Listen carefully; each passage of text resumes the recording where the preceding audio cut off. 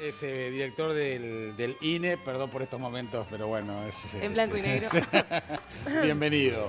Buenos días, Jaime. Un gusto recibirte. Gracias por la invitación. Aprovecho de decir que tenemos un perro de Fundapaz en el INE, que está en entrenamiento, así que bueno, todos los días lo veo por ahí durmiendo, abajo de algún escritorio. ¿Quién es gran entrenadora de perros guías? Es Patricia Martín. Sí. Siempre iba para todos lados, para arriba y para abajo, perros guías. Es toda una experiencia, no solo para el que lo está adiestrando, sino para todo el entorno, ¿no? Irnos acostumbrando, ¿no? Sin dudas, pero además ayuda también en el clima de trabajo, Sin o sea duda, que tiene ese beneficio, o sea, la gente que está alrededor del perro está más feliz. sonriendo, Exactamente. seguro. Es terapéutico para el resto. Es cierto. Mejor el clima. Sí. Bueno, Diego, está complicado saber cuántos somos, ¿no?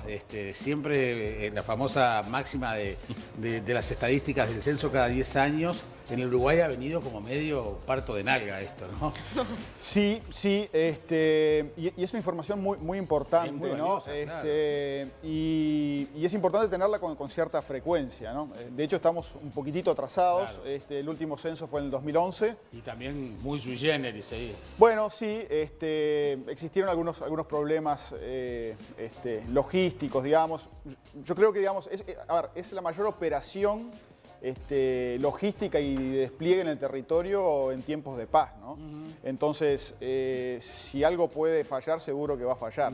Entonces, lo que hay que hacer de forma previa es preparar, testear, probar, y eso es lo que estamos en este momento, A mí ¿no? me llamó la atención lo que está haciendo Argentina, que está generando una suerte de formulario virtual para que cada uno vaya autocensándose, perdón que dice así, pero autocensándose, y después cuando viene el funcionario, Ya está hecho, chequea. simplemente ya está todo hecho. Bueno, de hecho, en Uruguay vamos a ir por ese camino. Ajá. Es decir, en Uruguay vamos a tener básicamente 3 estrategias para Perdón, que... censo 2023. ¿eso Censo seguro? 2023, Bien, primer semestre del 23. perfecto. Anunciaremos ya tenemos previsto los meses en que va a ocurrir, pero lo anunciaremos un poquito más adelante. Y tenemos la posibilidad de tener 3 vías de llenado de la información. Una de ellas es efectivamente el autocensado o el autollenado web de la información. Efectivamente, Argentina, por ejemplo, a esta altura ya va un 20% de los hogares censados por web. Nosotros hicimos algunas pruebas piloto a fin del año pasado y alrededor del 30% de los hogares prefirieron censarse vía web. Y sin mucha promoción y con un formulario web que no era del todo amigable, digamos. Así que tenemos esperanza de que ese sea un piso vía ese canal, ¿no? Y la calidad de información no corre riesgo. Digamos, ya a nivel internacional se hace de forma habitual. De hecho, Chile va en esa dirección. Brasil, que dentro de unos pocos meses va a censar, lo va a dar como una opción. Es decir, a nivel internacional es una opción válida. De verificar nada. Bueno, a ver, Porque a veces... claro, siempre se hace una encuesta posterior para verificar la calidad de la información y para verificar la cobertura, digamos. O sea, uno de los censos busca que llegara al 95, 96, 97% de los hogares, digamos. Porque esa es la gran ventaja del censo, ¿no? Cubrir todos los rincones del país. Entonces uno hace una encuesta posterior que verifica el grado de cobertura, si no se escapó nadie, digamos, pero además también verifica la información que recogimos durante el censo. O sea que eso se hace de forma posterior para evaluar la calidad de la información, Diego, ¿no? a grandes rasgos, ¿cuáles son las variables, los temas más importantes que se van a destacar en este censo? Bueno, Más allá de cuántos somos, ¿no? Que claro. debe haber una penca ya de cuántos uruguayos hay. Claro. Sí, obviamente, digo, la primera información que va a surgir, además es la primera que en términos temporales, luego del cierre del relevamiento va a surgir, es cuántos somos, ¿no? Y la distribución en el país, que yo creo que si bien el cuántos somos, a lo mejor tenemos alguna sorpresa, hoy creemos que somos en el orden de 3.500.000, pero yo creo que va a haber sorpresas a dónde estamos localizados en el país, ¿no? Sabemos que en las zonas costeras ha tenido un crecimiento demográfico muy importante, o sea que por allí creo que pueden haber sorpresas. Datos de migración en Uruguay no tenemos datos muy buenos. No, además cambió la realidad no en 10 años, en 2 años, 2 o 3 años, claro. Es brutal, por eso. Hemos tenido una inmigración muy fuerte, sabemos, de Cuba, República Dominicana, Venezuela. Yo creo que por ahí vamos a tener información interesante. Pero después, sí, obviamente, después preguntamos, por ejemplo, hay un módulo de vivienda donde indagamos sobre las características de las viviendas en el país, ¿no? Por ejemplo, si tiene techo liviano o no, la cantidad de dormitorios. las condiciones de las viviendas, el equipamiento que tienen las viviendas, ¿no? Los electrodomésticos. Esto es importante, por ejemplo, para planificar políticas de UTE, por ejemplo, para lograr mayor eficiencia de los electrodomésticos. Después información sobre las personas, bueno, sexo, edad, elementos vinculados a la discapacidad. Es decir, un rango muy amplio de información que luego permite orientar políticas públicas a un nivel geográfico muy finito, que esa es la gran ventaja del censo, ¿no? ¿Hasta qué nivel se llega a la información personal? Porque ahí hay una línea muy delgada entre la información relevante para esto que estás diciendo, que obviamente lo es, y hasta dónde se pregunta para saber determinada información. No sé, desde si tiene orígenes indígenas, por decir algo. A veces les llama raza y hay colectivos que se molestan por llamarle raza, o las opciones que dan, las opciones vinculadas al género, que hoy son cada vez más diversas. Y que son importantes porque sabemos que, por ejemplo, el colectivo trans reclama un censo. La semana pasada tuvimos ese tema. Entonces, ¿cómo manejarse con el tema personal, lo que hoy está la inclusión indica que debe aceptarse? Sí, bueno, a ver, lo primero decir es que digamos, la información individual está protegida por ley, digamos. De hecho, toda la información que entra identificada a nivel personal al INE, luego puede solo salir en términos de estadísticas, o sea, no puede salir la información identificada. Y está protegido por ley. Habeas data, ¿no? ¿Cómo? Habeas data.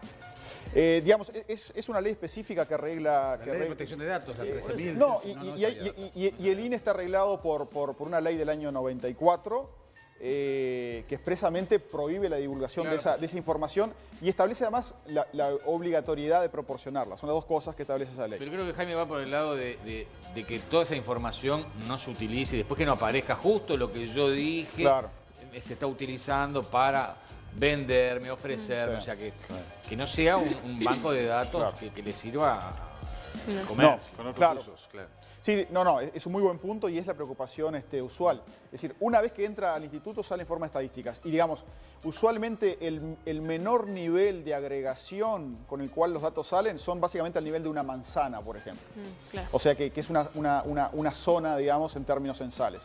Entonces, es muy fino porque, digamos, yo te puedo decir si esa manzana tiene saneamiento, la condición de las personas que viven ahí, el promedio de edad de las personas que viven ahí. Lo que decías, Jaime, el tema de ascendencia étnico-racial va a ser algo que vamos a preguntar. Te puedo dar toda esa información, pero a nivel de promedios de una zona pequeña. ¿Se van a cambiar los parámetros para definir lo que es línea de pobreza, indigencia? Digo, porque más allá de la sensibilidad que tiene este tema, y eso es indiscutible, es un caballito de batalla frecuente a nivel político, ¿no? Aumentó la pobreza, aumentó la indigencia, tantos niños pobres, es como que siempre estamos con esa lucha. ¿Se va a cambiar la forma de medir? Bueno, digamos, el instituto mide la pobreza por lo que se llama el método del ingreso. Básicamente lo que se hace es poner valor a una canasta de consumo de bienes alimenticios y no alimenticios. Y los hogares que superan el valor de esa canasta no son pobres, los que tienen un ingreso por debajo del valor de esa canasta son pobres. Ahora, perdón, ¿cómo se fija ese valor? ¿En base a? Bueno, porque ahí es donde entran las discusiones. Claro. Pero ¿cuánto gana la gente? La encuesta mensual de hogares da una pista. Claro, digamos, justamente a eso iba para responder incluso el tema de hacia dónde vamos en términos de las mejoras o los cambios que estamos haciendo. Digamos, lo que se hace es, se hizo una encuesta en el año 2005-2006, donde se identificó los bienes típicos que consumen los hogares, digamos, que están, una familia que está en los estratos, en los primeros deciles de ingreso, digamos. Entonces ahí se dijo, bueno, no sé, arroz, fideo, lo que sea, ¿sí? Y ahí se construyó esa canasta. Después lo que se hace con el tiempo es seguir los precios de esa canasta a través del IPC, o sea, a través de los elementos del IPC. Entonces se actualiza esa canasta, o sea, eso por el lado de la canasta. Por el lado de los ingresos es la encuesta continua de hogares que todos los meses recorremos todo el país. Usted tiene una foto del país todos los meses. Todos los meses y digamos... Y bastante regular además. Completamente regular, y a veces se cree que no entramos a algún lado, entramos absolutamente todos los lados. O sea, barrios más complejos, menos complejos, zonas rurales. A partir de eso obtenemos los ingresos. Entonces, actualizamos el precio de la canasta con IPC y con la encuesta continua de hogares obtenemos los ingresos. Bien. Y hacemos esa comparación. Ahora, yendo hacia dónde vamos, obviamente tenemos una canasta del año 2005-2006, o sea, ya tiene 15 años. No, y el tipo de consumo cambió. El tipo de consumo cambió y cambió de forma importante. Claro. Lo que estamos trabajando en este momento, el instituto hizo una nueva encuesta de gastos e ingresos de los hogares, de donde surge esa canasta, en el año 2017. Entonces, lo que vamos a hacer es pasar a esa nueva canasta, ¿sí? Y estamos elaborando, por tanto, una nueva línea de pobreza que esperamos presentarla en breve, con esa canasta actualizada, digamos. ¿Sí? ¿Podría haber sorpresas ahí?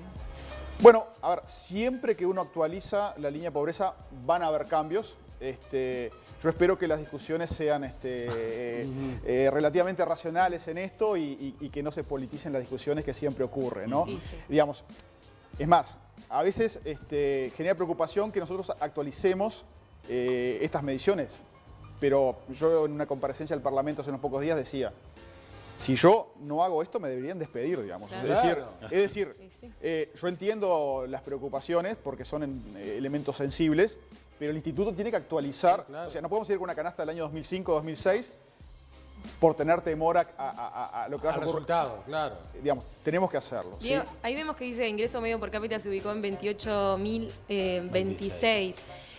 ¿Cuál es la evaluación de este primer trimestre y cómo estamos con respecto a los niveles pandemia y prepandemia acá en el 2022? Bueno, digamos, los ingresos están creciendo, los ingresos medios de los hogares están creciendo. Cuando uno compara con un año atrás, digamos, están creciendo, todavía recuperándose del shock muy negativo, ¿no? Los ingresos de los hogares, básicamente, fíjense que hay dos elementos que impactan sobre esto. Uno es, obviamente, si uno tiene un mayor salario, los ingresos van a crecer, pero también el que algunos miembros del hogar tengan trabajo, digamos. Como sabemos, a partir del segundo semestre del 21, el empleo se está recuperando de forma bastante fuerte. Los salarios todavía, digamos, a menor ritmo, pero a nivel del promedio de los ingresos están creciendo, porque básicamente eso es la conjunción de estos dos elementos. Aún recuperándose de la pandemia, ¿no? Sí. Diego, muchísimas gracias por venir. Seguramente podamos conversar nuevamente de estos temas, porque bueno, hace a saber cómo somos y cuántos somos, que no es poca cosa. Muy amable, muchas Gracias por el venir. espacio. Gracias.